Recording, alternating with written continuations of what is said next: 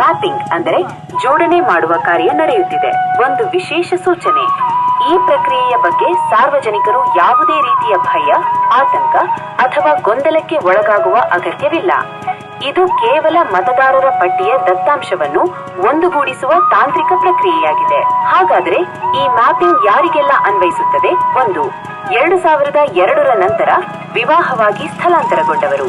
2. ಉದ್ಯೋಗ ಅಥವಾ ಇತರೆ ಕಾರಣಕ್ಕೆ ಊರು ಬದಲಾಯಿಸಿದವರು. 3. ಹೊಸದಾಗಿ ಮತದಾರರ ಪಟ್ಟಿಗೆ ಸೇರ್ಪಡೆಯಾದವರು. ನೀವು ಏನು ಮಾಡಬೇಕು?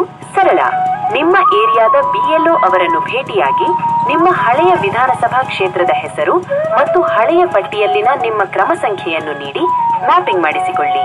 ಒಂದು ವೇಳೆ 2002ರ ಪಟ್ಟಿಯಲ್ಲಿ ನಿಮ್ಮ ಹೆಸರು ಇಲ್ಲದಿದ್ದರೆ ಚಿಂತಿಸಬೇಡಿ. ಆ ಪಟ್ಟಿಯಲ್ಲಿರುವ ನಿಮ್ಮ ತಂದೆ ತಾಯಿ ಅಥವಾ ಅಜ್ಜ ಅಜ್ಜಿಯರ ವಿವರಗಳನ್ನು ನೀಡಿಯೂ ಕೂಡ ಮ್ಯಾಪಿಂಗ್ ಮಾಡಿಸಬಹುದು. ನಿಮ್ಮ ತಂದೆ ತಾಯಿಯ ದಾಖಲೆಯೇ ಆಧಾರ. ಮ್ಯಾಪಿಂಗ್ ಕಾರ್ಯಕ್ಕೆ ನೀಡಿ ಸಹಕಾರ. ದಯವಿಟ್ಟು ಎಲ್ಲರೂ ಈ ಕೂಡಲೇ ನಿಮ್ಮ BLO ಅವರಿಗೆ ಸಹಕರಿಸಿ. ಪ್ರಜಾಪ್ರಭುತ್ವದ ಬಲವರ್ಧನೆಗೆ ಕೈಜೋಡಿಸಿ. 2002ರ ದಾಖಲೆ